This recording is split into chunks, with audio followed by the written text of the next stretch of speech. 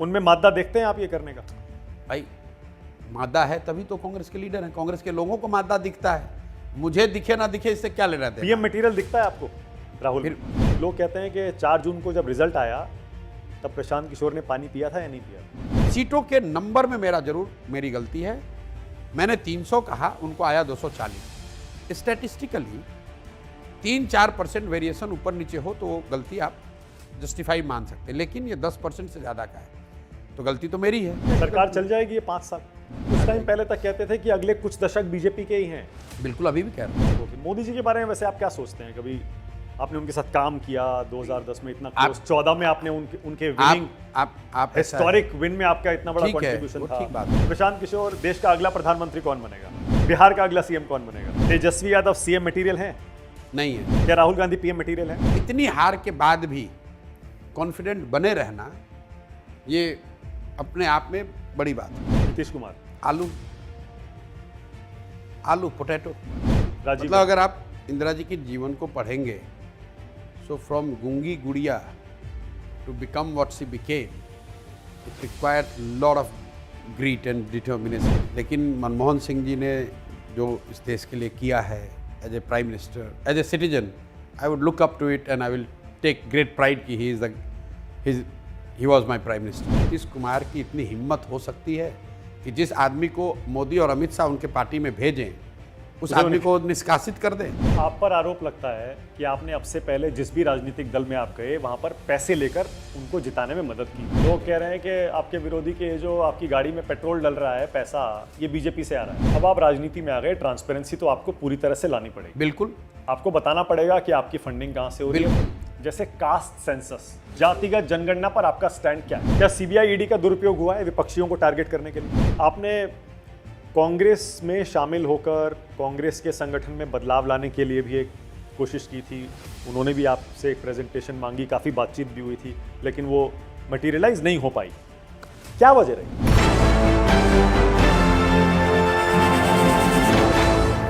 नमस्कार, आप देख रहे हैं न्यूज़ 24। मैं हूं मानक गुप्ता। आज चाय वाला इंटरव्यू प्रशांत किशोर का। प्रशांत किशोर का परिचय कैसे दूं, सोचना पड़ेगा। अपने ज़माने के top political strategist, political consultant, उसके बाद अचानक एक दिन कहते हैं कि मुझे पॉलिटिकल कंसल्टेंसी नहीं करनी, राजनीति में उतरते हैं। पहले 2 साल बिहार के अलग अलग ज़िलों में जाते हैं, गांव में जाते हैं, धूल खाते हैं, और अब अपनी नई पार्टी बनाने जा रहे हैं। राजनीति में फुल फ्लेजेड उतरेंगे, वो भी अपने दम पर। बहुत स्वागत पहले तो आपका प्रशांत किशोर चाय वाला इंटरव्यू में। धन्यवाद। मतलब जो आपने इंट्रोडक्शन दिया, मैं अपने दिमाग में कभी पॉलिटिकल कंसल्टेंट था ही नहीं। I was always a political aid to people और parties who choose to work with me. और जहाँ तक आपने ये कहा कि अचानक से वो छोड़ा, कुछ नया करने लगे, उस बात में भी कोई बहुत दम नहीं है। इसलिए ये लोगों को लगता है कि मैं पहले कुछ बहुत अलग करता था और आजकल मैं कुछ अलग कर रहा हूँ, अपनी पार्टी बना रहा हूँ, नेता बन गया हूँ। ऐसा कुछ नहीं है। काम मैं विशुद्ध तौर पर वही कर रहा हूँ जो पहले करता था। पहले मैं ये काम नेताओं के लिए, दलों के लिए करता था। उनको बताता था कि किस तरह से संगठन को बेहतर बनाया जा सकता है, किस तरह की स्ट्रैटेजी आप अपना सकते हैं, कैसे लोगों को चुनाव लड़ा सकते हैं, क्या आपके मुद्दे होने चाहिए, आपका मैनिफेस्टो कैसा होना चाहिए, आपके भाषण कैसे होने चाहिए। अब वही काम मैं कर रहा हूँ, लेकिन फ़र्क बस इतना है कि अब वो दल और नेता को छोड़कर ये काम मैं बिहार की जनता के लिए कर रहा हूँ। और 2 साल मैंने तय किया कि बिहार के पहले गांव-गांव घूमूंगा। तो मैं जिलों में नहीं रहता हूँ, मैं गांव में रहता हूँ। और करीब 5300 गांव में हम लोग गए, वहाँ रहे, वहीं पे रहते ही हैं।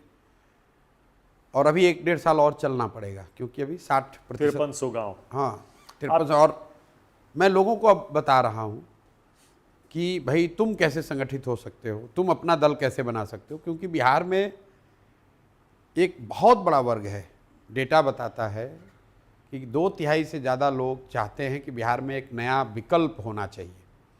वो विकल्प क्या होना चाहिए, कौन होना चाहिए? ये कौन सा डेटा है? ये सर्वे आपने कराया? नहीं, सारे सर्वे आप भी करा के देख लो। आप ऐसे रैंडम भी जाके रोड पे पूछ लो।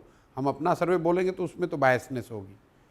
2/3 से ज़्यादा लोग ये चाहते हैं कि बिहार में नया विकल्प होना चाहिए। वो लोग भी जो जदयू के, आरजेडी के, भाजपा के समर्थक वोटर हैं, वो भी चाहते हैं कि कुछ नया होना चाहिए। इसका मतलब ये नहीं कि वो प्रशांत किशोर को चाहते हैं, इसका मतलब ये नहीं कि वो जन स्वराज को चाहते हैं, वो बिहार में बदलाव चाहते हैं। और ये इतना सरप्राइजिंग नहीं होना चाहिए। क्यों भाई, 30-35 साल एक ही तरह की व्यवस्था देखने के बाद, जब बिहार आज से 30 वर्ष पहले भी देश का सबसे गरीब और पिछड़ा राज्य था और आज भी देश का सबसे गरीब बड़ी और गहरी बात कह रहे हैं। नहीं, बिल्कुल मैं आप लालू के 15 साल और नीतीश के 15 साल को इक्वेट कर रहे हैं, बराबर बता रहे हैं। बिल्कुल इक्वेट कर रहा हूं, क्योंकि जनता की नज़र में लालू का राज, प्रशांत किशोर का राज, नीतीश का राज से मतलब नहीं है। डेटा हार्ड फैक्ट यह है कि 1990 में जब लालू जी मुख्यमंत्री बने तो उस समय बिहार देश का सबसे गरीब, पिछड़ा, निरक्षर, भुखमरी, पलायन वाला राज्य था। 15 साल के लालू जी के राज के दौरान, जिसको कई लोगों ने जंगल राज भी बताया, वो पिछड़ापन, गरीबी और बढ़ा, लेकिन बिहार जहाँ पर था वहीं रहा रिलेटिव टू अदर स्टेट्स। और 2005 से नीतीश बाबू अभी हैं, 19 साल करीब हो गए आज, और थोड़ी तरक्की उसके लालू जी के मुकाबले हुई, लेकिन बिहार आज भी देश का सबसे गरीब, सबसे पिछड़ा, सबसे अशिक्षित, सबसे ज़्यादा पलायन, सबसे ज़्यादा बेरोजगारी वाला राज्य है। हम 28 पर 1990 में भी थे, हम लोग 28 पर 2004-05 में भी थे, और आज भी 28वें नंबर पर ही हैं। मैं आपको क्यों ये बता रहा हूँ, जब लोगों को लगता है कि क्या इतनी बड़ी इनकम्बेंसी है, तो भाई अगर जो राज्य थोड़ा बहुत अच्छा कर रहे हैं वहाँ पर सरकारें 5 साल 10 साल में बदल रही हैं, तो आप अंदाज़ा लगाइए कि 30-35 साल में देश का सबसे गरीब और पिछड़ा राज्य, वहाँ के लोग अगर सत्ता को बदल नहीं रहे तो कोई तो वजह होगी, और ये वजह, एकमात्र वजह है कि लोगों के पास यहाँ वायबल विकल्प नहीं है। और विकल्प को लेकर एक ऐसी धारणा बना दी गई है कि बिहार में अगर आपकी जाति नहीं है, अगर आपके पास बाहुबल नहीं है, आपके पास बहुत पैसा नहीं है, तो आप बिहार में प्रयास नहीं कर सकते हैं। उस धारणा को जन स्वराज ने तोड़ा है, और गांव-गांव जाकर हम लोग ये बात बताने में सफल हुए हैं कि अगर आप में क्षमता है, जज्बा है, बिहार को सुधारने की नीयत है, तो आप आइए, बाकी चीज़ों की व्यवस्था हो जाएगी। आपने कांग्रेस में शामिल होकर कांग्रेस के संगठन में बदलाव लाने के लिए भी एक कोशिश की थी, उन्होंने भी आपसे एक प्रेजेंटेशन मांगी, काफ़ी बातचीत भी हुई थी, लेकिन वो मटेरियलाइज नहीं हो पाई। क्या वजह रही थी, क्या हुआ था? देखिए, कांग्रेस में शामिल होने और उसकी बात नहीं थी। बंगाल में 2021 में 2 मई 2021 को जब मैंने बंगाल का रिजल्ट आया तमिलनाडु का, जिस दिन मैंने घोषणा की कि अब मैं ये काम नहीं करूँगा, तो 1 साल मैंने अपने लिए रखा था ये सोचने समझने के लिए कि मैं जीवन में अब आगे क्या करूँगा। और बहुत गंभीरता से मेरे दिमाग में ये बात थी कि कांग्रेस के साथ जुड़कर एक बड़ी व्यवस्था, नए तरह की चीज़ खड़ी की जा सकती है, और कांग्रेस के नेतृत्व का मैं धन्यवाद भी मुझे करना चाहिए कि उन लोगों ने वो मौका भी दिया, बुलाया, और महीनों बाद चली। 7-8 दिन जो आप लोगों ने देखा वो तो कल्मिनेशन था, महीनों बाद चली। मैंने एक अपने समझ से एक ब्लूप्रिंट भी बनाया, जिसका नाम भी जो लीक है या पब्लिक डोमेन में, रीइंकारनेशन ऑफ कांग्रेस, और उनको अच्छा भी लगा, उस पर सहमति भी बनी, और सब होने के बाद उन्होंने जो मुझे ऑफ़र दिया कि आकर इसको कीजिए, जो आप प्लान बनाएं, इसको हमारी मदद कीजिए इसको करने में, मैंने उसको मना कर दिया। ये दोनों चीज़ ट्वीट पर है, कांग्रेस ने भी ट्वीट किया, मैंने भी ट्वीट किया, कि कांग्रेस ने ट्वीट किया कि भाई प्रशांत किशोर को हम लोगों ने जो ऑफ़र दिया ये मान नहीं रहे। मैंने उसका जवाब ये दिया कि भाई आपने ऑफ़र दिया उसके लिए धन्यवाद, लेकिन मुझे नहीं लगता है कि मैं कर पाऊँ। ग्रुप में नहीं हो पाएगा मुझसे। हाँ, नहीं, ग्रुप की बात नहीं है। क्यों नहीं, आपका अब सवाल पर आते हैं, क्यों नहीं माना? नहीं मानने की सिर्फ और सिर्फ एकमात्र एक ही वजह थी कि इसको इम्प्लीमेंट करने के लिए कांग्रेस के नेतृत्व ने कहा कि हम एक EAG बनाएंगे, इम्पावर्ड एक्शन ग्रुप। उसमें आपको सब अधिकार है, लेकिन वो आपको करना पड़ेगा EAG के माध्यम से। मेरा ऑब्जेक्शन ये था कि EAG कोई कॉन्स्टिट्यूशनल बॉडी नहीं होगी कांग्रेस में, वो एग्जीक्यूटिव ऑर्डर से बनाया जाएगा, क्योंकि कांग्रेस के संविधान में EAG की कोई व्यवस्था नहीं है। कांग्रेस के संविधान में पार्लियामेंट्री पार्टी है, कांग्रेस के संविधान में CWC है, कांग्रेस के संविधान में EAG करके कोई व्यवस्था नहीं है। तो मेरा जो प्रोफेशनल असेसमेंट था कि जिस तरह के आमूल चूल परिवर्तन की हम लोगों ने बात कही और जो आपको स्वीकार्य है, जो आप करना चाहते हैं, वो आप एग्जीक्यूटिव ऑर्डर से बनाई हुई किसी एडहॉक बॉडी के जरिए नहीं कर पाएंगे। आपको उसको कॉन्स्टिट्यूशनल जो आपकी हायरार्की व्यवस्था है उसमें इंटीग्रेट करना पड़ेगा। उस पर उनकी सहमति हुई नहीं। वो ये चाहते थे कि आप काम इसको EAG के थ्रू शुरू करें। मैंने कहा कि आपके पास प्रोग्राम है, आप अपने हिसाब से कर लीजिए, मैं नहीं कर पाऊंगा। वो छोड़ दिया और फिर आकर बिहार में लग गए। आप पावर ज़्यादा मांग रहे थे। नहीं, फिर आप बात नहीं समझ रहे हैं।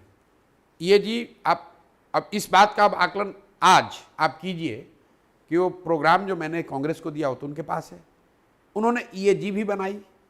आप तो पत्रकार हैं, पता कीजिए, ईएजी बाजाप्ता उन्होंने बनाई, लेकिन क्या आपने कभी कोई चर्चा सुनी कि कोई ईएजी करके बॉडी है जो कि कांग्रेस में परिवर्तन ला रही है? नहीं। क्यों? तो आपने जो आइडियाज दिए थे, आप देख क्यों? इसका मतलब है कि जो मैं उस समय आकलन मैंने किया था वो सही था कि आप सीडब्ल्यूसी की बैठक होती है तो आपको खबर मिलती है, कांग्रेस की चुनाव समिति बैठती है उसका खबर आपको मिलती है। ईएजी सिर्फ उसमें प्रशांत किशोर नहीं है ना, बाकी सब लोग तो है। उस ईएजी का कोई प्रभाव आपको कांग्रेस की कार्यशैली में दिख रहा है क्या? तो जो आपने आइडिया दिए थे वो कुछ आइडियाज इन्होंने इंप्लीमेंट किए या नहीं किए? देखिए भाई, कांग्रेस सब तो दिखता है। पहली बात ऐसा है कि कांग्रेस इतना बड़ा दल है, उनको सिर्फ आइडिया के लिए, सुझाव के लिए किसी प्रशांत किशोर की जरूरत नहीं है। तो लोग एक से एक विद्वान लोग वहाँ बैठे हुए हैं। मैंने जो बताना था उनको बता दिया, कोई कॉपीराइट है नहीं, वो उनके पास है। जो उनको अच्छा लगे उसका अपनाएं, ना अच्छा लगे ना अपनाएं। और मैं इसमें कोई कॉपीराइट पर रिवाइवल तो हो गया कांग्रेस का, 99 सीट्स। नहीं, मैं ऐसा नहीं मानता हूँ। मैं नहीं ऐसा हुआ नहीं, revival? नहीं, बिल्कुल नहीं हुआ। मैं आपको जस्ट आपके दर्शकों को एक कॉन्टेक्स्ट दे देता हूँ। कई लोगों को ऐसा लग रहा है कि भाई कांग्रेस का रिवाइवल हो गया। एक आंकड़ा खाली आपको देता हूँ। इंदिरा जी जब कांग्रेस की लीडर थी और इंदिरा जी के जीवन में जब सबसे बड़ी हार हुई कांग्रेस की 1977 में, उस समय कांग्रेस 154 सीट जीत कर आई थी, 154। राहुल गांधी आज कांग्रेस के लीडर हैं और उनके जीवन में, उनके नेतृत्व में कांग्रेस की सबसे बड़ी जीत हुई है, तो उनको 99 सीट मिला है। आप फर्क समझिए, 154 सीट के साथ इंदिरा जी की उस परफॉर्मेंस को सबसे बड़ी हार माना गया है, और 99 सीट के साथ इसको राहुल गांधी का जीत या रिवाइवल आप मान रहे हैं। ये दिखाता है कि Rahul Gandhi has got long distance to cover before he is seen as a powerful force, political force in India. This is my assessment. उनमें मादा देखते हैं आप ये करने का? भाई मादा है तभी तो कांग्रेस के लीडर हैं। कांग्रेस के लोगों को मादा दिखता है, मुझे दिखे ना दिखे इससे क्या लेना देना। पीएम मटेरियल दिखता है आपको राहुल? फिर देखिए, राहुल गांधी में मादा है कि नहीं, ये दो वर्गों के लोगों को तय करना है। कांग्रेस के लोगों को तय करना है कि इनमें मादा है, तो कांग्रेस के लीडर है। तो ये तो क्लियर है कि कांग्रेस को लोगों को लगता है कि उनमें वो मादा है कि वो कांग्रेस को लीड कर सकते हैं। देश को लीड कर सकते हैं कि नहीं कर सकते, वो मादा है कि नहीं, वो देश की जनता को तय करना है। और मेरी समझ से अभी काफी रास्ता तय करना बाकी है। अब लोकसभा के रिजल्ट पर आइए। जब आपने कहा था बीजेपी 300 से ज्यादा सीटें जीतेगी, आपका असेसमेंट था? जब एग्जिट पोल आए थे तब बाकायदा आपने वो पानी पीने वाली बात पर जवाब भी दिया था, कटाक्ष किया था आपने। लोग कहते हैं कि 4 जून को जब रिजल्ट आया तब प्रशांत किशोर ने पानी पिया था या नहीं पिया था?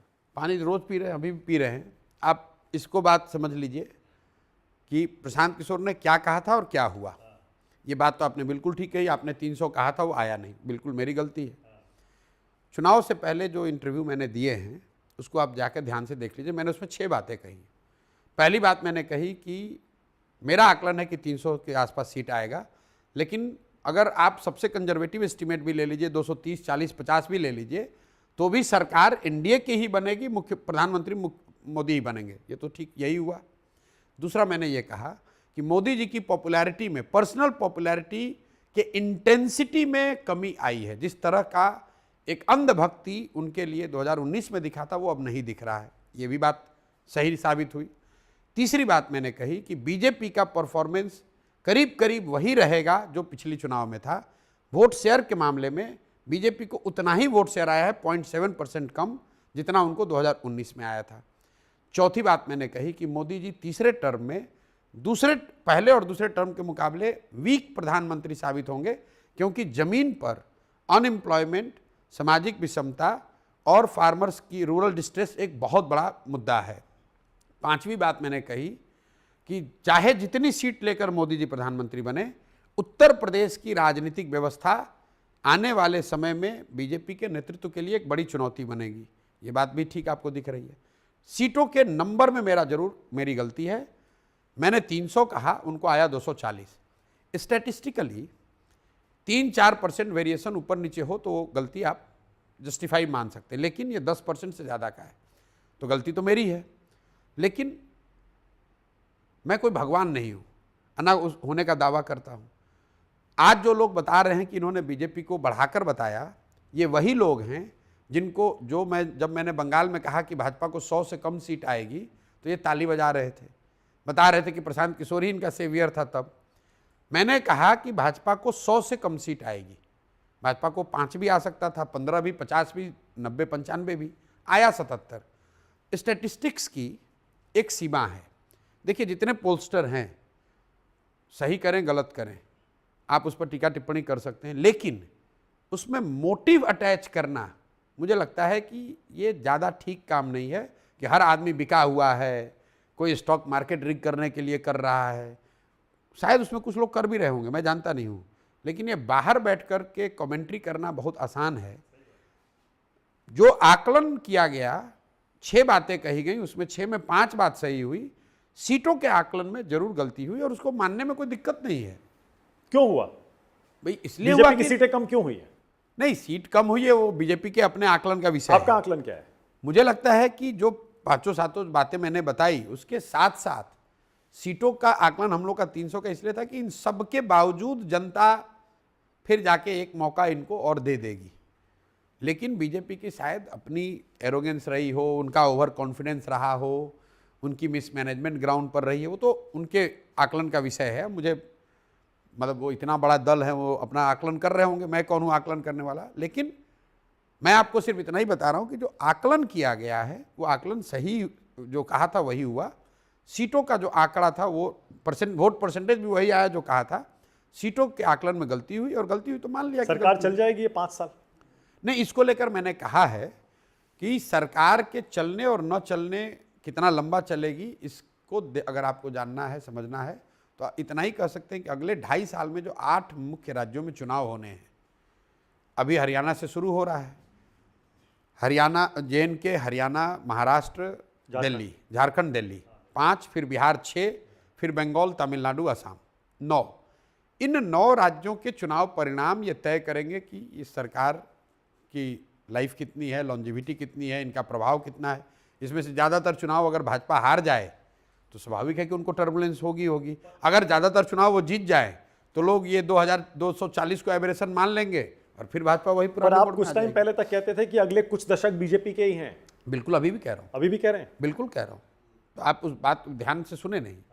मैंने कहा कि देश की राजनीति जैसे पहले 30-40 साल कांग्रेस के धुरी के इर्द गिर्द चली, वैसे ही आने वाले 30-40 सालों में देश की राजनीति बीजेपी के इर्द गिर्द चलेगी। इसका मतलब ये नहीं कि वो चुनाव हारेंगे, नहीं।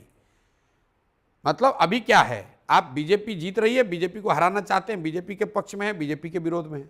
कांग्रेस वो धुरी नहीं है। कांग्रेस वो धुरी थी 1950 से लेकर 1990 तक। कांग्रेस वो धुरी थी, चाहे वो चुनाव हारे या जीते, या तो आप कांग्रेस के पक्ष में हैं या कांग्रेस के विपक्ष में हैं। तब इंडिया जैसा गठबंधन कांग्रेस को हराने के लिए बनता था। आज इंडिया जैसा गठबंधन बीजेपी को हराने के लिए बन रहा है या एनडीए को हराने के लिए बन रहा है। तो उस नज़रिए से मैंने कहा था कि एक बार जब देश के स्तर पर आप 30% वोट पा जाते हैं तो ये एक दिन में संभव नहीं है, ना एक दिन में ये बना है, ना एक दिन में खत्म होगा। एक बड़े राजनीतिक 20-30 साल फिर वो चलता है। बिल्कुल चलेगा।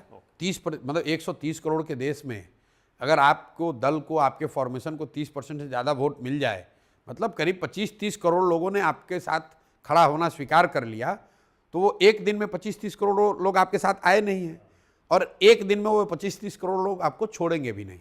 मतलब मोदी जी बाउंस बैक भी कर सकते हैं?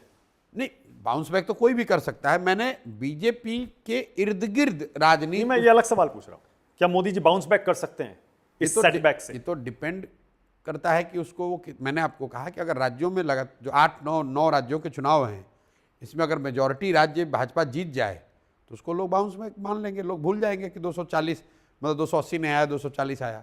अगर इस 8 में 5-6 हार गए तो बाउंस बैक नहीं कर सकते। ओके, मोदी जी के बारे में वैसे आप क्या सोचते हैं? कभी आपने उनके साथ काम किया 2010 में, इतना क्लोज, 14 में आपने उनके विनिंग, आप हिस्टोरिक विन में आपका इतना बड़ा कंट्रीब्यूशन था। ठीक बात है। आप अभी हमारे साथ बैठे हैं, 12 बज रहा है और मैं सुबह से अभी तक खाना नहीं खाया हूँ। आप देख रहे हैं कि आप खुद बैठे हुए 4 घंटे से, आपसे भी मिलने का समय नहीं मिल पा रहा है। तो आपको लगता है कि मेरे पास अब समय है ये सोचने के लिए कि मोदी जी की क्या चिंता। भाई मेरी अपनी चिंता का मुझे ठिकाना नहीं है, मैं मोदी जी और ममता जी के बारे में क्या सोचूंगा। मैं अपनी चिंता कर रहा हूँ, बिहार की चिंता कर रहा हूँ, और इतनी बड़ी चिंता है कि मेरे लिए अगले 2, 4, 5, 10 बरस तो इसी से निपटना काफ़ी है। ओके, लेकिन प्रशांत जी, इसी जेडीयू, इसी आरजेडी के साथ आपने खुलकर उनके करीब काम किया है। बिल्कुल नहीं, जब आरजेडी के साथ तब नहीं, जंगल राज नहीं था। बिल्कुल नहीं, मैं बिल्कुल, आपने ये सही सवाल पूछा कि भाई इसी नीतीश कुमार की मदद आपने 2015 में की, हाँ, आज उनका विरोध क्यों कर रहे हैं? हाँ। बिल्कुल ठीक बात है, ये सवाल पूछा ही जाना चाहिए। ये दिखाता है कि मेरे बिहार की राजनीति में मेरी कोई रुचि नहीं थी। 2015 में जिस नीतीश कुमार की मैंने मदद की, 2015 के नीतीश कुमार और 2024-25 के नीतीश कुमार में जमीन आसमान का फर्क है। नेता के तौर पर, प्रशासक के तौर पर और मानवता के तौर पे। नेता के तौर पर प्रशासक के तौर पर जिस व्यक्ति की मैंने मदद की थी, वो नीतीश कुमार थे, जिसके दौर में 2005 के बाद बिहार में थोड़ा बहुत सुधार होता दिखा था। ऐसा नहीं है कि उस समय कोई बहुत सुधार हो गया था, लेकिन चूंकि लालू जी के राज में बहुत अंधकार था, थोड़ा सा भी एक दिया जला, सही रास्ते पे थे मतलब। तो हाँ बिल्कुल, रास्ते की बात नहीं है, थोड़ा सा भी सुधार दिखा तो लोगों को बड़ा सुधार दिखा। हाँ। 2014 में नीतीश कुमार की पार्टी लोकसभा में चुनाव हार गई, उनको सिर्फ 2 MP आए, तो उन्होंने अपना पद छोड़कर मांझी जी को बना दिया और एक तरह से राजनीतिक संन्यास ले लिया था। नीतीश बाबू को किसी ने बताया कि जो मोदी जी का कैंपेन किया है, एक बिहार का एक लड़का है। तो नीतीश बाबू से मेरी पहली मुलाकात 2014 नवंबर में हुई, दिल्ली में वो आए, हम उनके उस समय के राज्यसभा के MP पवन वर्मा के घर मुलाकात हुई। तो नीतीश बाबू से मेरी चर्चा जब होने लगी तो मैंने कहा, सर आप मुख्यमंत्री का पद क्यों छोड़ दिए? आप तो बिहार कुछ सुधार शुरू हुआ था, अब सुधार होना था, आपने तो एक खाई भरी थी, अब थोड़ा सुधार आगे दिखता। तो उन्होंने बताया कि हम लोग तो चुनाव हार गए। तो भाई आपने तो, मेरा ये कहना था कि आपकी पार्टी हारी, आप तो हारे नहीं हैं। तो उनका कारण नहीं, हमने 5-7 साल इतनी मेहनत करी, इतना काम किया, इसके बावजूद जनता ने नकार दिया, तो अब क्या मतलब है CM बने रहने का? तो उस पूरे बातचीत में जो सम एंड समरी ये है कि मेरे जैसे व्यक्ति ने ये कहा कि सर आप बिहार के लिए अच्छा काम कर रहे थे, आप आइए, आप फिर से मुख्यमंत्री बनिए, और हम लोग अपनी पूरी ताकत जो भी है, जो समझ है, वो लगाएंगे आपके पीछे, क्योंकि हम लोग चाहते हैं कि बिहार में सुधार हो। और इसका प्रमाण देखिए, जिस मांझी जी को नीतीश कुमार ने मुख्यमंत्री बनाया था, वो आप कह सकते हैं कि मेरे सुझाव पर या मेरे कंडीशन की वजह से मांझी जी को उन्होंने हटाया और खुद वापस बने। तब मैं वापस आया, उनकी मदद की और जितवाया। अब मैं आ रहा हूं उस पर। तो और आज वही नीतीश कुमार हैं। आप बिहार में किसी से जाकर पूछ लीजिए, वो कहेगा कि 2005 से 2007-10 का जो दौर था, वो बिहार सुधरता दिखा था। आज का दौर बिगड़ता दिख रहा है। लोग ये बताते हैं कि हम लोगों ने लालू जी का जो राज था, जो कि अपराधियों का जंगल राज था, उसको हटाकर नीतीश को बनाया था, लेकिन आज जो नीतीश की सरकार है, ये अधिकारियों का जंगल राज है।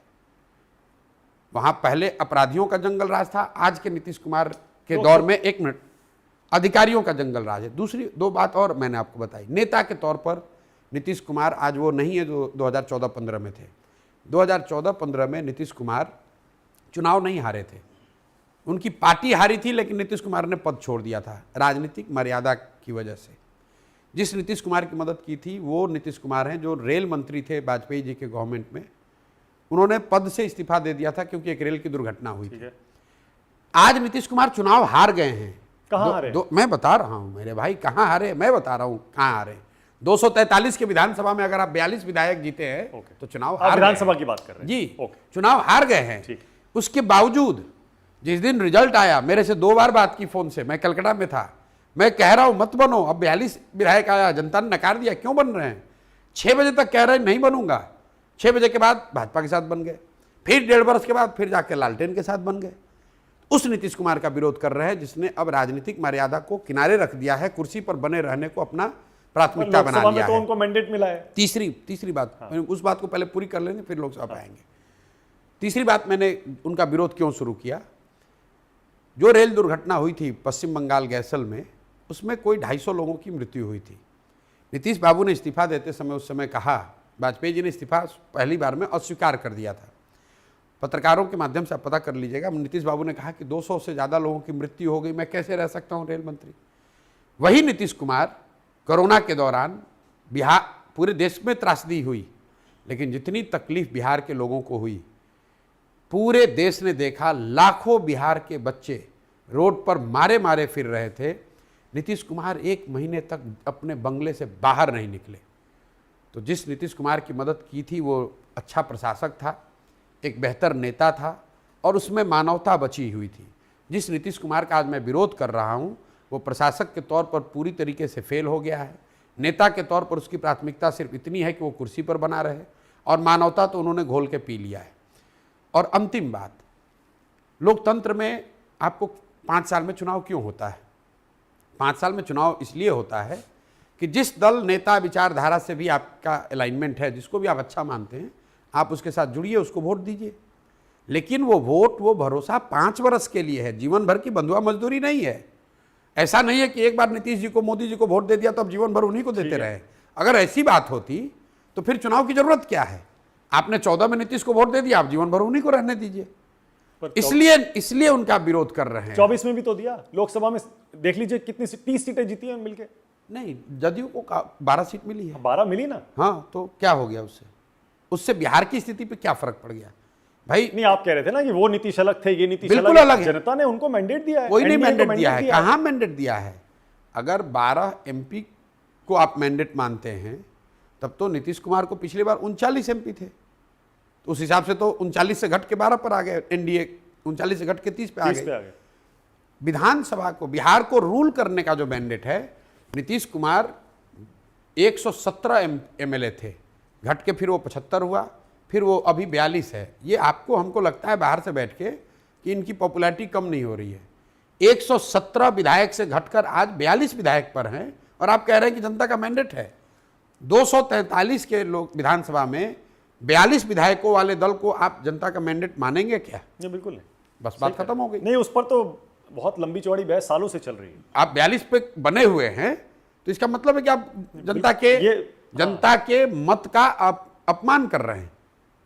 आपने कहा कि किसी ने नीतीश कुमार को कहा एक बिहारी लड़का है जिसने गुजरात में मोदी जी के लिए काम किया, जबकि तेजस्वी कहते हैं कि नीतीश कुमार ने खुद कहा क्या कि अमित शाह के कहने पर मैं प्रशांत किशोर को लाया। अब तेजस्वी तो तब राजनीति में भी नहीं थे, अभी कल के आए हुए लोग हैं। पर नीतीश बाबू का बयान है ये। मैं आ रहा हूं उस पर। ये बात उन्होंने 2018 में नीतीश कुमार ने कही। जब जो मैं बात कह रहा हूँ वो 2014 की है। तब मैं नीतीश बाबू के दल में नहीं था, 2018 में मैं दल में आया। उसके संदर्भ में जब मैं दल छोड़ रहा था CA NRC के मुद्दे पर, तो नीतीश बाबू को ऐसा लगा कि CA NRC का जो मुद्दा है ये मुसलमानों के हक की बात है, और ये आदमी छोड़ रहा है। तो मुझे मेरी क्रेडिबिलिटी डैमेज करने के लिए, या मेरे पे एक तरह से समझिए राजनीतिक आक्षेप लगाने के लिए, उन्होंने कहा कि हम तो इनको अमित शाह के कहने पे लाए थे। एक बात मान लीजिए एक बार को कि नीतीश कुमार सही कह रहे थे, तो आपको क्या लगता है कि नीतीश कुमार की इतनी हिम्मत हो सकती है कि जिस आदमी को मोदी और अमित शाह उनके पार्टी में भेजें, उस आदमी को निष्कासित कर दें? ऐसा कभी संभव है? जबकि उन्हीं के समर्थन से मुख्यमंत्री थे। भाई, मुझे पार्टी से उन्होंने निष्कासित किया, तो अगर मोदी और शाह के कहने पर मुझे लेकर, तो ये तो नीतीश कुमार की जो राजनीतिक मैन्यूवरेबिलिटी है कि भाई ये आदमी जा रहा है, अब रोक पा नहीं रहे हैं, और इस CA NRC के मुद्दे पर जा रहा है, तो कह दूं कि बात, ताकि इसको मुसलमान भरोसा न करें। मैं वापस आ रहा हूं घूम के।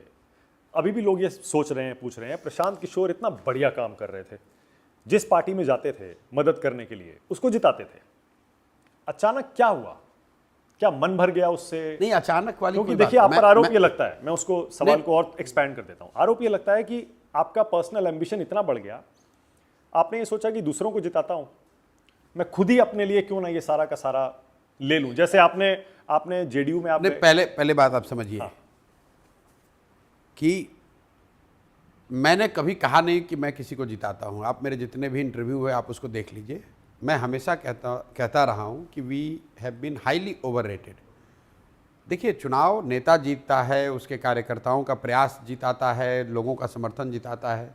हम जैसे लोग जो जुड़कर काम किए, at very best on the margin we could have contributed something in improving the efficiency of the whole system. थोड़ा सा उसको ज़्यादा इफेक्टिव बना दिया।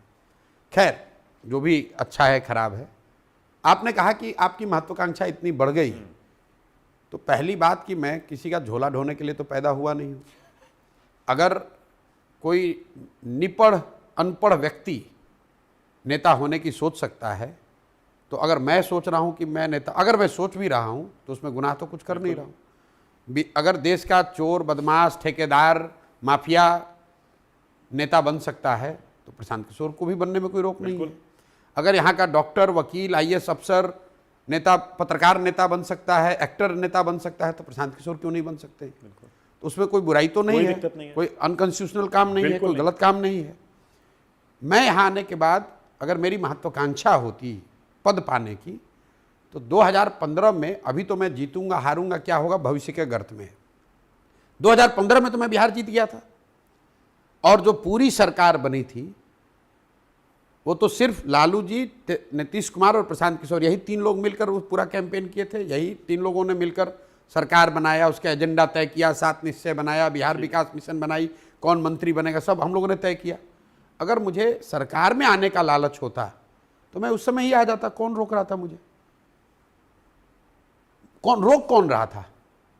भाई नीतीश जी ने मुझे ऑफिशियली अपना प्रिंसिपल एडवाइजर नियुक्त किया, जिसको कि मैंने एक दिन प्रभारी नहीं लिया, फिर वाइस प्रेसिडेंट बनाया। नहीं, वो तो बाद 3 साल के बाद की बात है। 3 साल के बाद, दोनों के फर्क समझिए। ये 2015 की मैं बात कर रहा हूं। मैं समझ गया। जिस पावर के आप वाइस प्रेसिडेंट की बात कर रहे हैं, भाई 2015 में मेरे पास उससे ज्यादा पावर था। पूरा महागठबंधन ही मैं चला रहा था। चीफ मिनिस्टर तो नहीं थे, आज भी नहीं। आप सीएम बनना चाहते हैं? नहीं, ये आपका, मैं बिहार अगले 10 वर्ष में बिहार देश के 10 अग्रणी राज्य में आए, ये सपना लेकर आया हूँ। और मैंने घोषणा करी है पहले दिन से, जब से चल रहा हूँ, कि मैं इस दल का ना नेता हूँ ना बनूंगा। और 2 तारीख को दल बन रहा है। आपने कहा प्रशांत किशोर दल बना रहे हैं ना, प्रशांत किशोर दल नहीं बना रहे हैं, बिहार के 1 करोड़ लोग मिलकर दल बना रहे हैं। और सिर्फ घोषणा नहीं की है, 2 अक्टूबर में ज़्यादा दिन है नहीं, आप देखिएगा कि दल का नेता कौन बनता है। मैंने ये चुनौती स्वीकार करी है कि जो लोग कह रहे हैं कि बिहार में कोई अच्छा आदमी है नहीं, जो लोग कह रहे हैं कि बिहार में जो शर्ट के ऊपर गंजी पहने वही नेता है, बिहार में जातियों से ऊपर लोग उठ नहीं सकते हैं, मैं उनको ये दिखाना चाहता हूँ कि बिहार में कितने अच्छे लोग हैं जो साथ में मिलकर दल बनाएंगे और अपना नेता चुनेंगे। प्रशांत किशोर 2 अक्टूबर को दल बनने के बाद भी पैदल ही चल रहे होंगे जैसे पिछले 2 वर्ष से चल रहे हैं। और उन 1 करोड़ लोगों ने आपको नेता बना दिया तो आप बनेंगे ना? नहीं, कैसे बना देंगे? वो 1 करोड़ लोग तो मिलकर दल का नेता चुन रहे हैं 2 अक्टूबर को। तो आप ही को चुनेंगे और नहीं कौन बनेगा आपकी पार्टी? नहीं, मैं बिल्कुल आपको बता रहा हूँ नहीं चुनेंगे, क्योंकि मैं तो अवेलेबल ही नहीं हूँ चुनने के लिए। मैंने घोषणा कर दी है कि मैं तो अवेलेबल ही नहीं हूँ, कोई वो नया चुनेंगे। तो मतलब आप सीएम फेस नहीं होंगे अपनी भैया? पार्टी का? दल का जो, देखिए ऐसा है, पहले तो मैं एक अभियान चला रहा हूँ, इसकी परिणति होनी है दल बनने में अक्टूबर में। मार्च के महीने में जब हम लोग का अंदाजा है कि पदयात्रा पूरी हो जाएगी, तो इस दल का जो विजन डॉक्यूमेंट है बिहार को सुधारने का, जो हमारा एजेंडा है कि कैसे सुधारेंगे, सिर्फ ये नहीं कह रहे कि नीतीश खराब है, लालू खराब है। बिहार के 8,500 पंचायतों का एक पंचायत का अलग अलग अगले 10 साल की योजना बनाकर जारी कर रहे हैं। तो मार्च में इसका एजेंडा और इसका विजन डॉक्यूमेंट जारी करेंगे। कैसे बिहार में पलायन रोकेंगे, कैसे बिहार में शिक्षा सुधारेंगे। ये नहीं कहेंगे कि पलायन रोक देंगे, पूरा उसका प्लान देंगे कि पलायन कैसे रुकेगा। जो आप जैसे पत्रकार, बड़े इकोनॉमिस्ट, सोशल साइंटिस्ट उसको देखें, समझें, सवाल करें और तब अच्छा लगे तो स्वीकार करें। तो ये मार्च तक करना है। मार्च के बाद वो तय करेंगे कि भी बिहार का चेहरा कौन होगा। वो दल जब बन रहा है, दल के जो नेता बन जाएंगे वो बैठ के चुनाव करेंगे। ओके, मतलब किंग मेकर से पहले आप किंग मेकर थे, अब किंग बनने की कोई वो? बिल्कुल किंग मेकर ही बने रहना चाहते हैं। पहले नेताओं को बनाते थे, अब बिहार की जनता को बनाएंगे। भाई आप देखिए, आप ऐसे समझिए मानक जी, अगर मान लीजिए पहले से यहाँ जनसुराज दल होता, हाँ, और प्रशांत किशोर आते, जिसको कि आप रणनीतिकार कहते हैं या प्रबंधक कहते हैं या कंसल्टेंट कहते हैं, और आपको खबर आती कि इस बार जनसुराज का प्रचार प्रसार रणनीति का काम प्रशांत किशोर ने लिया है, तो आप थोड़ा सीरियसली लेते कि भाई जनसुराज अच्छे से लड़ेगा। हाँ, तो वही काम तो मैं कर रहा हूँ। जनसुराज 2 अक्टूबर को बन जाएगा। हाँ। फिर उस दल की रणनीति, उस दल को चुनाव लड़ाने का जिम्मा प्रशांत किशोर का है।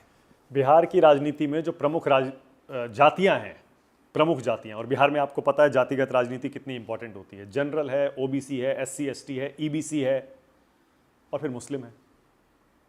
आपका तो पूरा नाम प्रशांत पांडे है, प्रशांत किशोर पांडे। आप इस जाति वाले पूरे गेम में कहाँ फिट होते हैं? पहली बात तो ये आपका बिहार के प्रति पूर्वाग्रह दिखाता है जब आप कहते हो कि बिहार में जाति की राजनीति होती है। इसका मतलब ये हुआ जैसे देश के किसी दूसरे राज्य में जाति की राजनीति नहीं सब जगह होती है। एक मिनट। हाँ। तो जैसे कर्नाटक में लिंगायत और वोकालिगा है, संभव है कि बिहार में यादव कोयरी कुर्मी होगा। अगर आंध्रा में कम्मा रेड्डी हैं तो कापू हैं, तो संभव है कि बिहार में भी भूमिहार ब्राह्मण राजपूत हो सकते हैं। आपने कभी जाकर आंध्रा के किसी पॉलिटिशियन को, महाराष्ट्र के, कर्नाटक के पॉलिटिशियन को, गुजरात के पॉलिटिशियन को तो ये नहीं पूछा कि भाई आपकी जाति यहाँ नहीं रहती, आप कैसे करोगे, कैसे लड़ोगे? आपने तो उसके नाम को गलत लोगों को भ्रमित करने के लिए, मेरा नाम प्रशांत किशोर है और मेरे पिताजी का नाम श्रीकांत पांडे है। तो नाम पहले आप सही जानिए।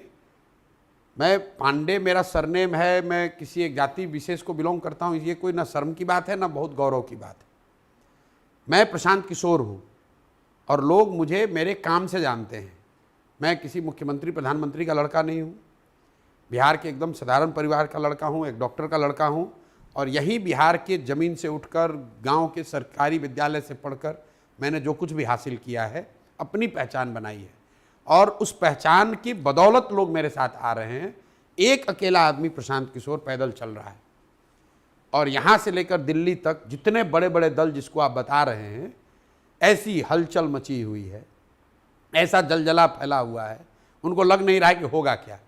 तो मेरे भाई, जब हमारी कोई ताकत ही नहीं है तो फिर इतनी घबराहट क्यों है? आप पर आरोप लगता है कि आपने अब से पहले जिस भी राजनीतिक दल में आप गए वहां पर पैसे लेकर उनको जिताने में मदद की, यानी आपकी अपनी कोई विचारधारा है ही नहीं, कोई विचारधारा है नहीं, पैसे के लिए आपने उनको जिताया। पहली बात, आप पर कैसे भरोसा करें? पहली बात कि मैं किसी दल में नहीं गया, दल की मदद की, ठीक है। एक बार को मान भी लो कि मैंने पैसे लेके काम किया, मान लो एक बार को, तो पैसे लेकर आप पत्रकारिता करते हैं, सैलरी पाते हैं, पैसे लेकर वकील किसी की, मुवक्किल की मदद करता है, पैसे लेकर डॉक्टर किसी का इलाज करता है, पैसे लेकर चार्टर्ड अकाउंटेंट किसी का अकाउंट ठीक करता है, तो क्या आप उसको हिकारत भरी नजर से देखते हैं? एक मिनट। हाँ। तो अगर मान लो कि मैंने पैसे लेकर ही किसी की मदद की तो कोई गलत तो काम नहीं किया, चोरी नहीं की, डाका नहीं डाला, किसी का लूटा नहीं, किसी का हक नहीं मारा, अपनी बुद्धि, अपनी ताकत, अपने परिश्रम से अपने लिए जगह, नाम बनाया। रही बात कि क्या पैसे के लिए मैं काम करता हूं, आप पत्रकार हैं, आप मुझे बताइए कि चुनाव लड़ते समय ज़्यादा पैसा मिलने की संभावना है कि सरकार बनने के बाद पैसा कमाने की ज़्यादा संभावना है? मैंने 1-2 राज्य में नहीं, 10 राज्यों में मेरी मदद से सरकार लोगों ने बनाई है। अगर मुझे पैसे का लालच होता, पैसा कमाना होता, तो जो राज्य जीत गए वहाँ बैठ जाते, जो राज्य जीते उस राज्य में बैठ जाते, जितना पैसा कमाना है कमा लो।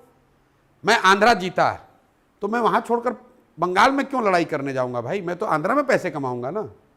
मैं तमिलनाडु जीता तो मैं तमिलनाडु में रह के पैसे कमाऊँगा ना। तो अगर पैसा ड्राइविंग फोर्स होता तो मैं ऐसे गली गली घूम नहीं रहा होता, मैं किसी सरकार में बैठता और वहाँ पर करोड़ों के ठेका इधर उधर कराता और बहुत पैसे कमा सकता था। पैसा हमारे लिए पेट्रोल है, गाड़ी है तो पेट्रोल चाहिए, लेकिन अगर गाड़ी ही ना हो, उद्देश्य ना हो, जीवन में कहीं जाने का पर्पस ना हो, तो पेट्रोल के कनस्तर पे बैठ के कहाँ? लोग कह रहे हैं कि आपके विरोधी के जो आपकी गाड़ी में पेट्रोल डल रहा है, पैसा, ये बीजेपी से आ रहा है। भाई ऐसा है कि जो लोग बोल रहे हैं वही लोग अभी बता रहे थे कि भाई ये आदमी बहुत पैसा लेके काम किया है 10 बरस। तो पहले ये तय कर लो कि कहना क्या चाहते हो। अगर 10 बरस मैंने इतना काम किया, इतने लोगों को जिताया और सो कॉल्ड पैसे लेकर ही जिताया, तो हमारे पास तो हजारों करोड़ रुपया होना चाहिए। तो ये अभियान के लिए हमारे पास पैसा कैसे नहीं होगा? अब देखिए, जो लोग बोलते हैं, समझो ये आरजेडी वाले, हाँ।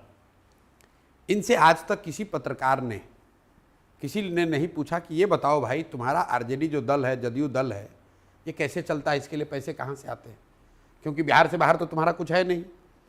तो इसी बिहार की जनता को लूट के जो पैसे तुम कमाते हो, उससे अपनी राजनीति करते हो।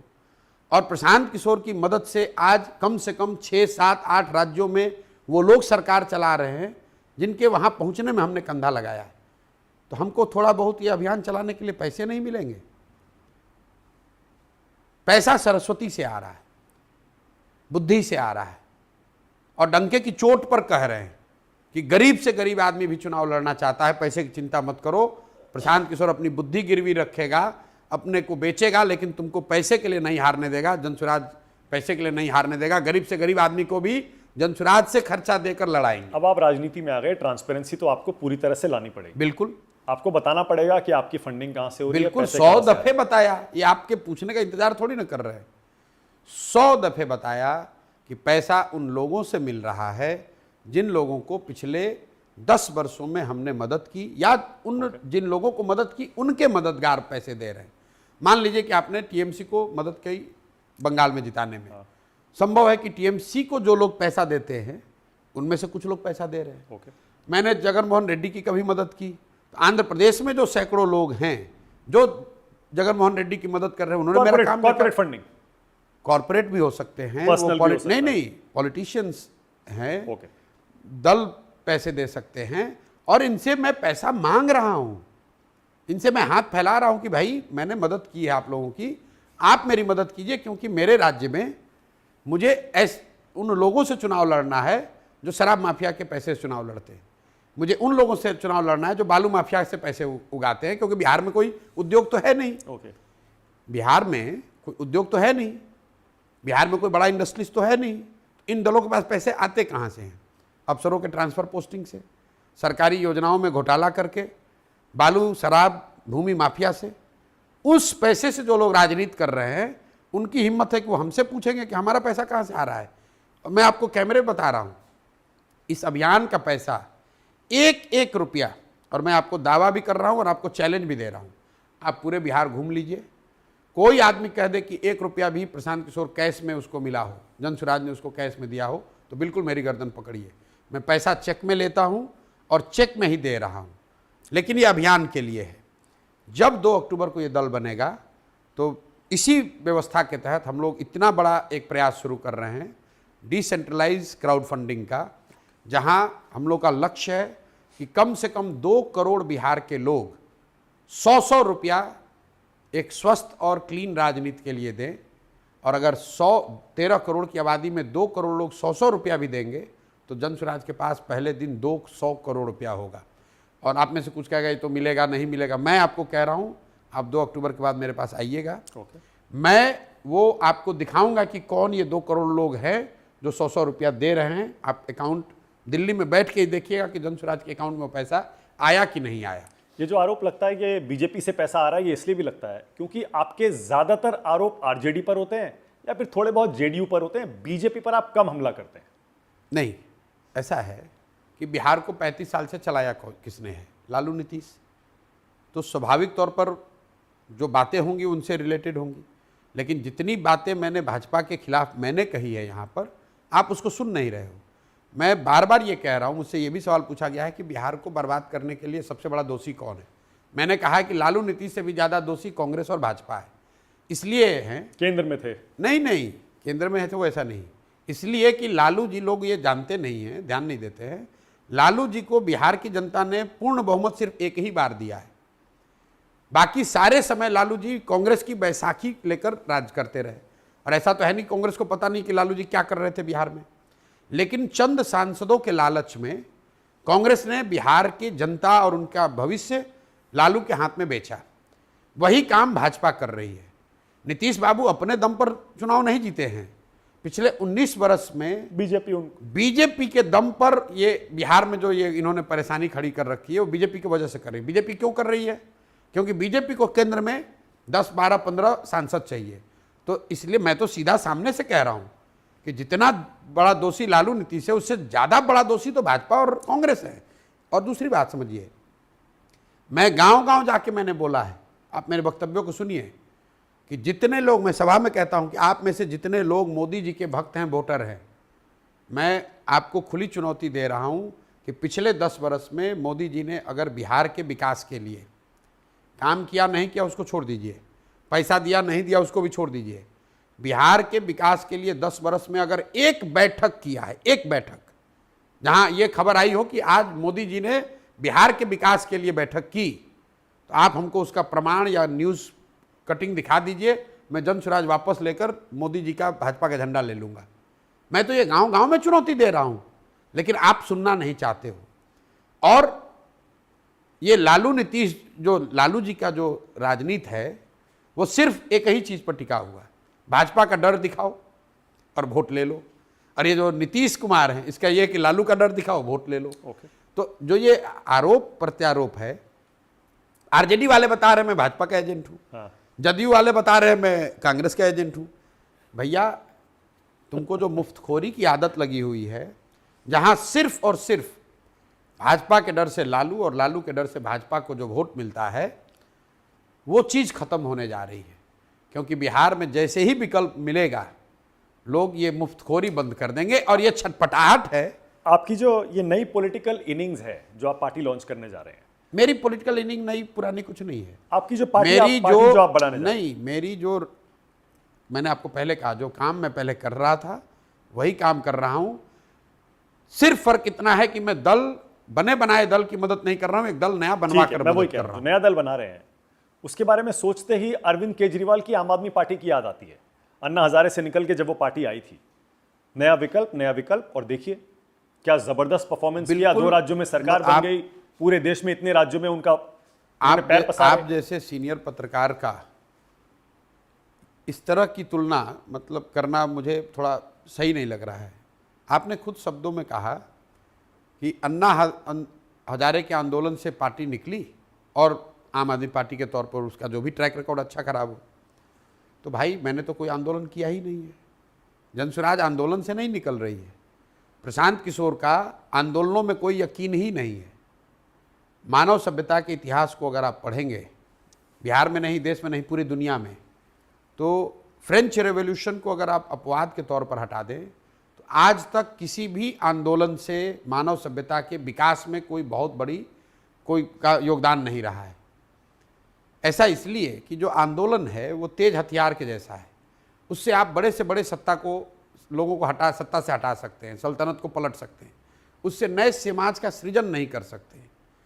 अन्ना आंदोलन की आंच थी, उससे उस समय की यूपीए की सरकार उखड़ गई, उससे नए समाज का सृजन नहीं हुआ।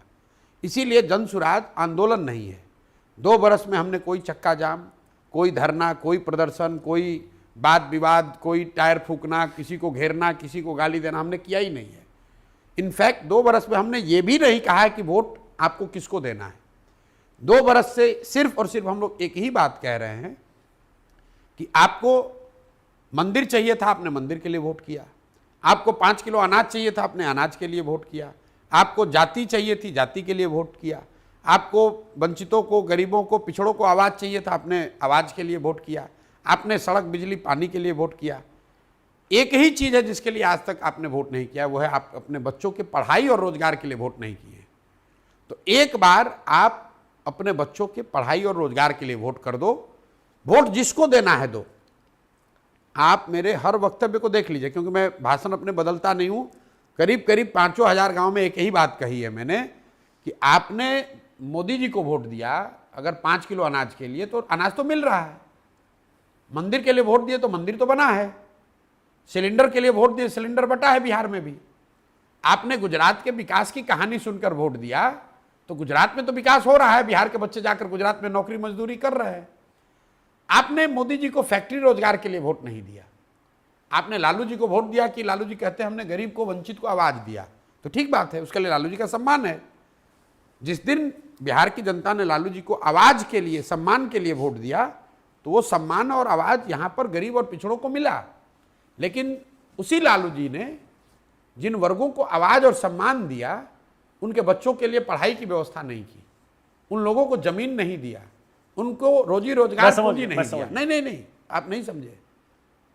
मैं लोगों को समझाने की कोशिश कर रहा हूं कि बिहार हो कि झारखंड हो कि केरल हो, जिस बात के लिए आप वोट देते हैं वो वोट, आप वो काम थोड़ा कम या ज्यादा होता ही होता है।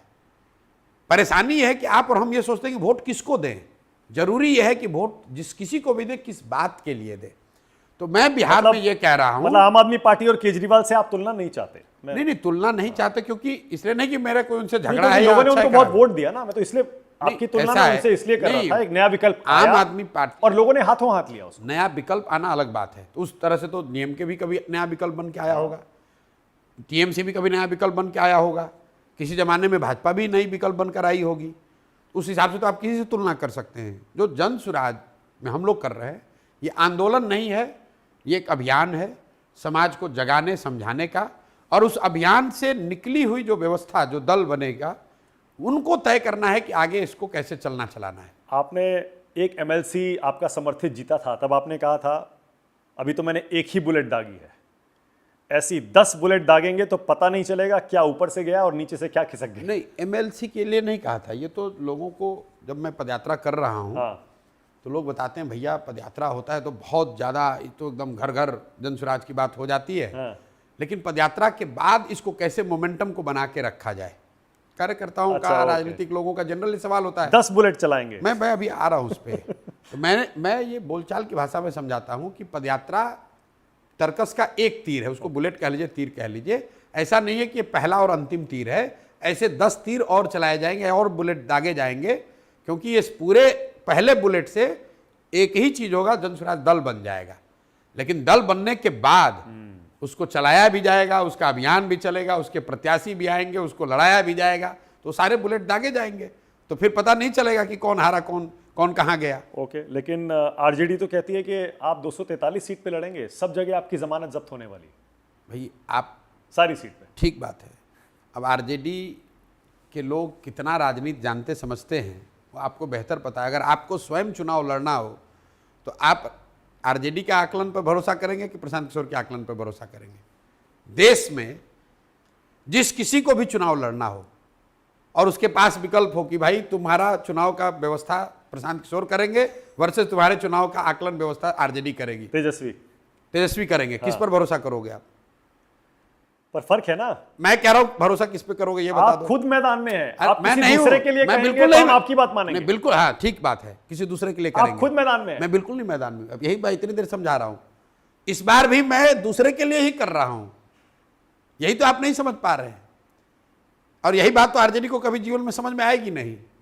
अगर आप वो मुझे रणनीतिकार भी मानते हैं आप, तो उनको ये मालूम ही नहीं कि मैंने रणनीति क्या बनाई है, कि हम इस बार भी तो दूसरे को ही चुनाव लड़ा रहे हैं भाई। जैसे महागठबंधन के 243 लोगों को चुनाव लड़ाया, वैसे इस बार जन स्वराज के 243 लोगों को चुनाव लड़ाएंगे। ओके। और चुनाव लड़ाने की समझ तेजस्वी की ज्यादा है कि प्रशांत किशोर की? आप देश की जनता को छोड़। तेजस्वी तो आपके बारे में यहां तक कहते हैं कि वो हर साल अलग अलग लोगों के साथ काम करते हैं, एक का डेटा लेते हैं दूसरों को दे देते हैं। चलिए, अब उनके देखिए, बीजेपी के एजेंट नहीं, बीजेपी का दिमाग है, बीजेपी की विचारधारा का पालन कर रहे हैं, बीजेपी फंडिंग कर। ऐसा है, तेजस्वी यादव जात पर बोले, फिरका परस्ती पर बोले, समाजवादी होने का ढोंग करते हैं उस पर बोलें तो समझ में आता है। उन विषयों पर उनको नहीं बोलना चाहिए जिसकी कुछ समझ ही ना हो। डेटा क्या है, क्या उसका इस्तेमाल है, क्या कैसे आता है, उसकी समझ उनको कितनी है। जिस आदमी को ये नहीं पता है कि जीडीपी क्या है और जीडीपी ग्रोथ क्या है, खड़ा होकर कह दिया उप मुख्यमंत्री होते हुए कि बिहार का जीडीपी तो सबसे ऊपर है। अब अफसरों ने बताया होगा कि बिहार के जीडीपी का जो ग्रोथ रेट है वो ज़्यादा है, तो उस आदमी को ग्रोथ रेट और जीडीपी में फ़र्क ही नहीं समझ में आया। और आप हमको कह रहे हैं कि हम तेजस्वी के विकास के टिप्पणी पर, अरे भाई तेजस्वी जातों की बात करें, बालू शराब माफिया पर बात करें तो उस पर जरूर टिप्पणी देंगे। ठीक है, तेजस्वी विकास पर बोलेंगे तो अब आप जब राजनीति में उतर रहे हैं, आपको कुछ राजनीति के प्रमुख मुद्दों पर एक स्टैंड लेना पड़ेगा जी। जैसे कास्ट सेंसस, जातिगत जनगणना पर आपका स्टैंड क्या है? बिल्कुल उसके पक्ष में है, लेकिन मैं जातिगत जनगणना को देश की समस्याओं का पेनेसिया नहीं मानता हूं। कोई भी सर्वे, कोई भी जनगणना जिससे कि समाज की स्थिति, विभिन्न वर्गों की स्थिति के बारे में बेहतर जानकारी हो, उसमें नुकसान तो कुछ नहीं है। लेकिन वो जानकारी हो जाने मात्र से समाज की स्थिति सुधर जाए, ये कहना भी बहुत बड़ी मूर्खता है। इसलिए ऐसा कह सकता हूं कि SC ST की गणना तो आज 75 साल से हो रही है, तो क्या SC ST समाज के लोगों की आर्थिक, सामाजिक, शैक्षणिक, राजनीतिक हालत सुधर गए? ये तो जो लोग ये कह रहे हैं कि जातिगत जनगणना से देश का विकास हो जाएगा, वो ऐसे हो गया कि लाइब्रेरी में जाने से आप आइंस्टीन हो जाएंगे। भाई लाइब्रेरी में किताब है, आप जाइएगा, किताब आपको दिखेगी। वो कह रहे हैं गिनो, उसको पढ़िएगा, गिनो और उतना आरक्षण दे दो। ठीक बात है, पढ़िएगा, पढ़कर समझिएगा, तब तो कुछ बात समझ में आएगी। जहाँ तक आपने बात कही आरक्षण की, आरक्षण कहाँ दे दोगे? नौकरियों में, प्राइवेट सेक्टर में बहुत अगर आगे बढ़ोगे प्राइवेट सेक्टर में दे दोगे। इस देश में, बिहार में कितने लोग सरकारी नौकरी करते हैं? 1.97%। 1.97% बिहार की जनता, 23 लाख लोग सरकारी नौकरी में हैं। प्राइवेट सेक्टर को भी जोड़ दो तो भी 1/4 जनता भी सरकारी प्राइवेट नौकरी दोनों को जोड़ दोगे तो 1/4 जनता नहीं हुई। आपके कहे के अनुसार ही उसको आरक्षण दे दिया गया, फिर भी 75% आदमी तो उसमें है ही नहीं। जो भूमिहीन है उसको क्या इससे लेना देना है? जो किसान है उसका इससे क्या फायदा होगा? जो आदमी सरकारी या प्राइवेट नौकरी में है ही नहीं उसका इससे क्या फायदा होगा, ये बता दो। ठीक है, ओके। 370 पर आपका स्टैंड क्या है? पक्ष में, ये तो पहले से कानून बन गया। इसमें सीए पर आपका स्टैंड क्या है? बिल्कुल विरोध में है। उसके विरोध में ही तो सारा अपना सब कुछ छोड़ा, जदयू छोड़ा, बिहार छोड़ा, बंगाल में जाकर भाजपा को। वन नेशन वन इलेक्शन पर आपका स्टैंड क्या है? पक्ष में होना चाहिए। होना चाहिए, प्रोवाइडेड उस नियत से न किया जाए कि इससे दूसरों को मौका। जब आपके पक्ष में हवा है तो वन नेशन वन पोल कर दिया, जब आपके पक्ष में हवा नहीं है तो अब मल्टी फेस इलेक्शन कर रहे हैं। एक राज्य का इलेक्शन भी 6 राउंड में करा रहे हैं। क्या सीबीआई ईडी का दुरुपयोग हुआ है विपक्षियों को टारगेट करने के लिए? हमेशा से होता रहा है, आज कोई नई बात नहीं है। एक्सटेंट उसका और मोड थोड़ा कम या ज़्यादा हो सकता है। ऐसा नहीं है कि कांग्रेस के ज़माने में सीबीआई इंडिपेंडेंट काम कर रही थी और अभी सरकार के दबाव में कर रही है। पहले भी कर रही थी, आज भी कर रही है। संभव है कि आज थोड़ा ज़्यादा क्रूडली किया जा रहा है, पहले कम किया जा रहा है। लेकिन अगर आप भाजपा के समर्थक हैं, वोटर हैं, तो आप कहिएगा कि इंदिरा जी ने ज़्यादा दुरुपयोग किया। अगर आप कांग्रेस के समर्थक हैं तो आप कहेंगे मोदी जी ज़्यादा कर रहे हैं। परिवारवाद पर आपका स्टैंड क्या है? बिल्कुल विरोध में है, परिवारवाद के विरोध में है।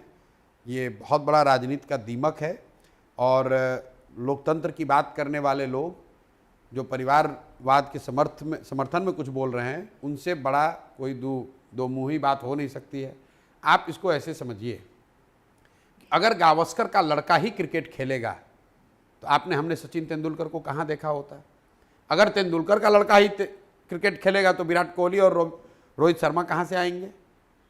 तो आपने तो शायद कसम भी खाई है ना कि मेरा बेटा राजनीति में नहीं आएगा। नहीं, कसम तो मैं कुछ नहीं खाता। सुना था मैंने। नहीं, मेरा तो कोई ना, मेरे पीछे किसी पीढ़ी में ना कोई राजनीति में रहा है ना कोई आगे अभी है।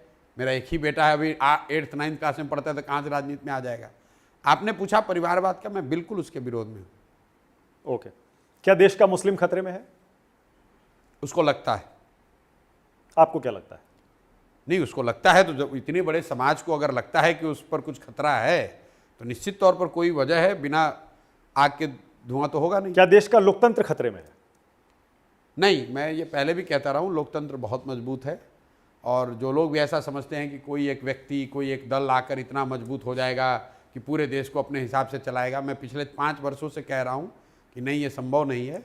निचले स्तर देश की जो जनता है, जो हैव नॉट्स कैटेगरी है, वो किसी से नहीं डरती है। संविधान खतरे में है? आपने हैव नॉट्स की बात की, पिछड़ों की। नहीं, संविधान खतरे में भी नहीं। भाई संविधान के कुछ, मोदी जी वो कहते हैं हिटलर है, सारी संस्थाओं पर कब्जा कर लिया, संविधान की हत्या हो गई, तानाशाही है। जो मजबूत लीडर जब भी जहां आया है, there is a book called the myth of strong leaders. It is not written only in the context of India, globally. जितने भी जिसको आप मजबूत नेता कहते हैं ना, ज़्यादातर they have been big failures in actual delivery. तो जो भी जब मजबूत लीडर जब लीड करता है तो स्वाभाविक है कि वो दिखता है कि सारे संस्थाओं पर, व्यवस्था पर, विचार पर, सरकार के कार्यक्रमों पर एक तरह की प्रिंट दिखती है। वो आपको इंदिरा जी के भी ज़माने में दिखी होगी और आज वो मोदी जी के भी ज़माने में दिख रही है। लेकिन चाहे वो जितने बड़े पॉपुलर लीडर हों, जितनी ताकत उनकी हो, इंदिरा जी को भी देश ने दिखाया, अभी मोदी जी को भी दिखाया है, और आगे भी कोई अगर ऐसा सोचता है कि 130 करोड़ की जनता को वो स्टीम रोल करके यहाँ का एकदम स्वयंभू यहाँ का डिक्टेटर हो जाएगा, वो संभव नहीं है। इसकी वजह समझ लीजिए, इसलिए नहीं कि इंडिया की विविधता है, ये है वो है। जिस देश में 600 मिलियन लोग, करीब 60 करोड़ लोग दिन में 100 रुपया आज भी नहीं कमाते हैं, उतने बड़े समाज को संतुष्ट करके रखना, आप चाहे जितना ऐड चला लीजिए, जितना प्रचार कर लीजिए, जितना सोशल मीडिया डोमिनेट कर लीजिए, जितना बड़ा पीआर एक्सपर्ट ले आइए, सच्चाई यह है कि 60 करोड़ जनता अभी 100 रुपया दिन का नहीं कमा रही है। तो ये संभव नहीं है कि बिहार देश में कोई डिक्टेटर बन जाए। आप डिक्टेटोरियल टेंडेंसी आपकी हो सकती है, आप अपने से प्रयास कर सकते हैं, हो नहीं पाएगा, जनता होने नहीं देगी। ठीक है। अब मेरा एक rapid fire round, Prashant ji. वो तो वही है, जब छोटे जवाब ना छोटे मिला सवाल, तो हेडलाइन बनाओ। छोटे छोटे सवाल, छोटे छोटे हाँ, जवाब। ठीक है, छोटे जवाब। बड़ा मजा आएगा आपको भी। हाँ, नहीं, अगर आपको लगे बाउंसर है, आप डक भी कर सकते हैं। नहीं, ठीक है। ऑल राइट, पहला सवाल, प्रशांत किशोर, देश का अगला प्रधानमंत्री कौन बनेगा? मैं बताऊं कि देश का अगला प्रधानमंत्री जी। कौन बनेगा? जी। जिसको तो देश की जनता चुनेगी वो बन जाएगा। बिहार का अगला मैं सीएम। आप आउटसाइड ऑफ स्टंप बॉल फेंकेंगे तो मैं बॉल छोड़ना भी जानता हूँ। हाँ, चलिए। बिहार का अगला सीएम कौन बनेगा? बिहार का अगला सीएम जनसुराज का बनेगा। प्रशांत किशोर सीएम बनेंगे? ये तो नहीं पता है, जनसुराज का सीएम बनेगा। प्रशांत किशोर सीएम मटेरियल हैं? नहीं, प्रशांत किशोर जनसुराज के जिताने वाले मटेरियल है। तेजस्वी यादव सीएम मटेरियल हैं? नहीं है। नीतीश कुमार सीएम मटेरियल हैं? अभी हैं? अब नहीं रह गए, सीएम नहीं है। मटेरियल थे। देश का बेस्ट प्राइम मिनिस्टर अब तक का आप किसे मानते हैं? मैंने ये जवाब पहले भी दिया है। मैं व्यक्तिगत तौर पर नरसिम्हा राव को देश का सबसे बेहतर प्रधानमंत्री मानता क्या राहुल गांधी पीएम मटेरियल है? हूं। देश की जनता ने तो अभी तक नहीं बताया ऐसा। क्या अखिलेश यादव पीएम मटेरियल है? भैया, हम कोई पीएम मटेरियल का मतलब थर्मामीटर लेके थोड़ी बैठे हैं भाई। देश की जनता ने जिसको पीएम मटेरियल माना उसको बनाया। आपने जितने नेताओं के साथ काम किया उसमें से बेस्ट एक्सपीरियंस किस नेता के साथ रहा? सबके साथ मजा आया। चुनना मुश्किल है? नहीं, चुनना मुश्किल है ऐसा नहीं है। मेरा अपना जो स्वभाव है, मैंने पहले भी किसी इंटरव्यू में कहा, मेरे पिताजी ने बचपन में एक बात सिखाई है, जिस व्यक्ति से भी मिलिए, जिसके साथ भी काम करने का अवसर मिले, लोग उसमें उसकी कमियां देखते हैं, आप उसमें ये देखिए कि उसमें खूबी क्या है। तो मैंने मोदी जी के साथ काम करके भी कुछ सीखा होगा, ममता जी से भी बहुत कुछ सीखा होगा, लालू नीतीश से भी सीखा होगा, जगन से भी सीखा होगा। जिसके साथ भी काम किया, हम तो उन सबसे कमज़ोर हैं, हमने सबसे सीखने का। बेस्ट चीफ मिनिस्टर आप किसे मानते हैं? बेस्ट चीफ मिनिस्टर मैं किसे मानता हूँ देश में, मतलब आंकड़े बताते हैं, कामराज के बारे में लोग बहुत अच्छा बोलते हैं, प्रताप सिंह कैरों के बारे में लोग बहुत अच्छा बोलते हैं। मतलब जिन राज्यों में भी तरक्की हुई है, देवराज उर्स के बारे में लोग कर्नाटका में बहुत अच्छा बताते हैं। तो ऐसा चौहान साहब के बारे में महाराष्ट्र में लोग अच्छा बताते हैं। बिहार का बेस्ट सीएम कौन रहा है? बिहार में एक जनरल परसेप्शन है कि श्री कृष्ण बाबू यहाँ के सबसे बेहतर चीफ मिनिस्टर अभी तक के रहे। हालांकि कर्पूरी जी का भी बहुत बड़ा नाम है, लेकिन as a chief minister Shri Krishna Babu को लोग सबसे अच्छा बताते हैं। अब मैं कुछ नेताओं के नाम लूंगा, जो पहला शब्द आपके जहन में आता है आपको वो बताना है। Narendra Modi.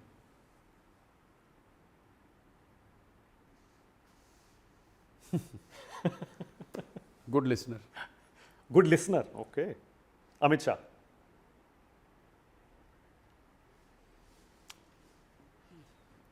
Hardcore politician. Yogi Adityanath. Yogi. Rahul Gandhi.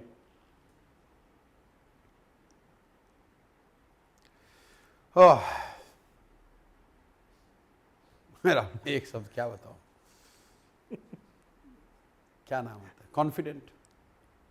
Okay, क्योंकि आपने एक इंटरव्यू में उनकी बड़ी तारीफ की थी। उन्होंने कहा था, आपने कहा था उनकी nerves of steel, he has नहीं, नर्व्स ऑफ मतलब वही स्टील। मतलब ये कॉन्फिडेंस हो। देखिए, जब आप जीत रहे होते हैं तो कॉन्फिडेंट दिखना एक बात है, हार, इतनी हार के बाद भी कॉन्फिडेंट बने रहना, ये तंज है या वाकई तारीफ है? नहीं, आप उसको तंज के तौर पे भी देख सकते हैं, तारीफ के तौर पे भी देख सकते हैं। जिस इंटरव्यू की आप बात कर रहे हैं, अच्छा, उसमें सबसे अच्छी बात है कि उसको कांग्रेस वालों ने ये लिया कि मैंने राहुल की तारीफ की, और भाजपाइयों ने लिया कि ये देखो तंज कस रहे हैं। मैं ना तंज कस रहा हूँ, ना मैं सिर्फ ये बता रहा हूँ कि ये फैक्ट है कि इतनी हार के बाद भी कॉन्फिडेंट बने रहना, ये अपने आप में बड़ी बात है। नीतीश कुमार। आलू, आलू पोटैटो। नीतीश कुमार को आप आलू कह रहे हैं? बिल्कुल कह रहे हैं। क्यों? जबरदस्ती जबरदस्त बने हुए हैं किसी तरह कुर्सी पर, बिना कोई जीते वोट किसी को दो, सब्जी कोई बनाओ, बिना आलू के बनेगी नहीं। वोट किसी को दो, नीतीश कुमार ही चीफ मिनिस्टर बनेंगे। Arvind Kejriwal. Clever politician. Lalu Yadav. Gift of gab. Rabri Devi. बहुत सुशील महिलाएं। Mahatma Gandhi. Unmatched. Nehru ji. Visionary, institution builder. Ambedkar ji. Ahead of his time. Sardar Patel. determined, fierce. Indira Gandhi.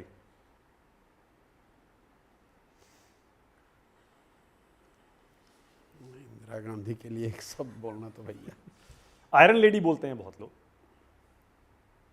बहुत लोग बोल सकते हैं। I think great, great, great. Rajiv मतलब अगर आप इंदिरा जी के जीवन को पढ़ेंगे, सो from Goongi Gudiya to become what she became, it requires lot of grit and determination too. Oh great, all right, okay. Rajiv Gandhi. Good hearted politician. और नरसिम्हा राव की तो आप वैसी तारीफ की आपने अभी। Vajpayee ji. Great human being. Manmohan Singh. I'm a great admirer of Manmohan Singh, so I have, I think,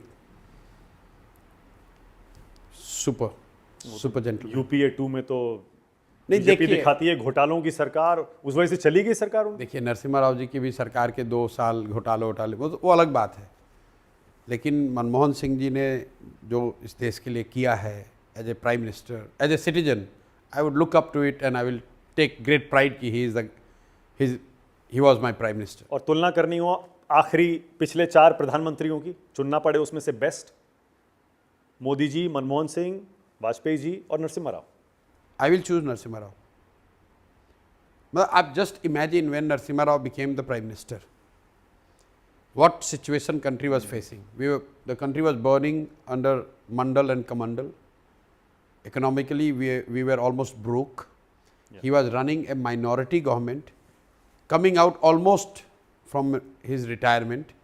From there, to pull country from that mess and put it on the path which has become irreversible, no matter who is the prime minister. But I think he has not got the appreciation which, as an administrator or as a prime minister, which he should have got. आप अगर hard fact और data और objectively analyse करें तो मतलब it's just mind blowing for me. Nathuram Godse. क्या क्या था आपके जहन में? Killer of Gandhi. Veer Savarkar. Divisive figure. To some he is a hero, to many he is not worth seen as hero. VP Singh. I'm not his great admirer. Okay. Mandal का तो उनको श्रेय दिया जाता है। It's not about Mandal was implemented, by the way, by Narasimha Rao, not by VP Singh.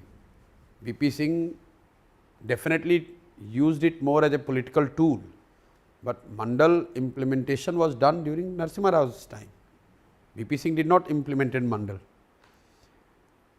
I don't like, because he was part of the Rajiv Gandhi's government, and then to come out from there and making allegations, maybe false, maybe true, but he never came out and substantiated what he claimed was wrong with Rajiv Gandhi government. It created the wave and he somehow won also, but no, I'm not a great admirer of that. आखिरी सवाल, क्या आप बिहार की जनता को ये भरोसा दिला सकते हैं कि आप बाकी पार्टियों की तरह नहीं होंगे और किसी भी पार्टी से गठबंधन नहीं करेंगे? जिस विचारधारा पर आप चलने का वादा कर रहे हैं उसी पर टिकेंगे और हार गए तब भी आप बने रहेंगे?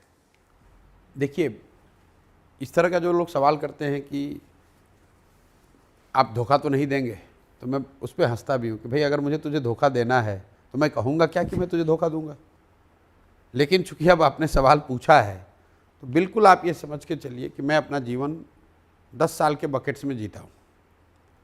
10 साल मैं संयुक्त राष्ट्र संघ में था और अच्छी खासी जगह पे था, अपने उम्र के हिसाब से, पेडिग्री के हिसाब से बहुत अच्छा कर रहा था, फिर मैंने उसको छोड़ दिया।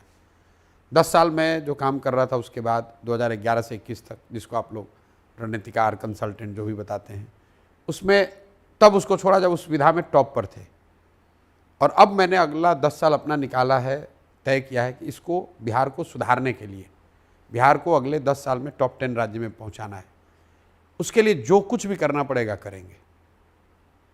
गठबंधन भी नहीं, जो कुछ भी करना पड़ेगा मतलब यहाँ गठबंधन बना के तो हो ही नहीं सकता है, क्योंकि गठबंधन बनाकर तो बिहार एक बार हम जीत चुके हैं, उससे तो कुछ हुआ नहीं।